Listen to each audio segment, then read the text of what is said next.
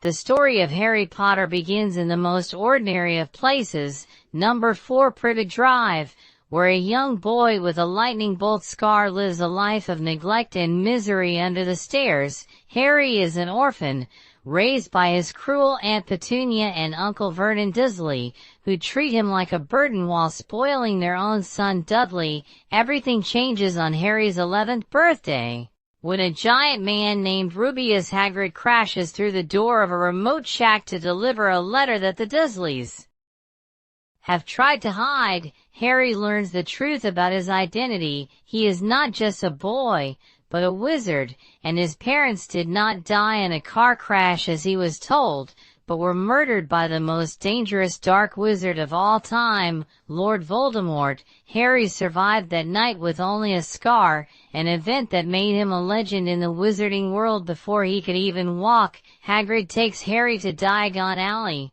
a hidden magical marketplace in London, where Harry buys his first wand, an owl named Hedwig, and discovers he has a fortune left to him by his parents. He then boards the Hogwarts Express from platform 9 3/4, where he meets Ron Weasley, a loyal boy from a large wizarding family, and Hermione Granger, a brilliant girl with a passion for rules and books. Upon arriving at Hogwarts School of Witchcraft and Wizardry, Harry is amazed by the moving staircases, talking portraits, and the great hall with its enchanted ceiling.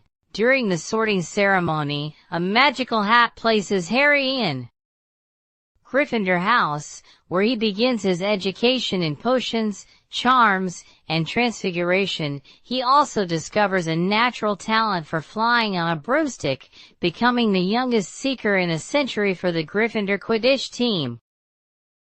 As the year progresses, Harry and his friends realize that a dark secret is hidden behind a locked door on the 3rd floor, guarded by a massive 3-headed dog named Fluffy.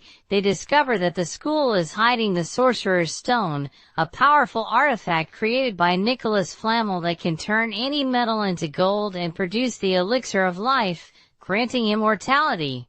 Harry becomes convinced that the cold and bitter potions master, Professor Snape, is trying to steal the stone to help Voldemort return to power. After Hagrid accidentally reveals how to get past the giant dog, Harry, Ron, and Hermione decide to go down the trapdoor themselves to save the stone. They face a series of life-threatening challenges designed by the teachers. They struggle against the constricting vines of Devil's Snare, catch a winged key while flying through the air, and play a brutal game of giant wizard's chess, where Ron bravely sacrifices his piece to let Harry move forward. Finally, Harry enters the last chamber alone, only to find that the villain is not Snape, but the stuttering and nervous Professor Quirrell, who has been serving Voldemort all along. Quirrell removes his turban to reveal the horrifying face of Voldemort living on the back of his head like a parasite.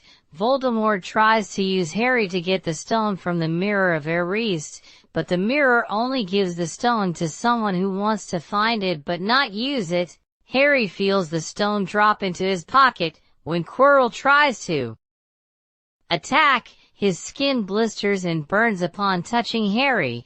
Because Harry is protected by an ancient magic born from his mother's sacrifice, Voldemort's spirit flees in rage, leaving Quirrell to die. Harry wakes up in the hospital wing, where Headmaster Albus Dumbledore explains that the stone has been destroyed to prevent further evil. At the end of the year feast, Gryffindor wins the House Cup in a dramatic turn of events, and Harry heads back to the Dursleys for the summer, no longer a lonely boy, but a hero who has found his true home and family.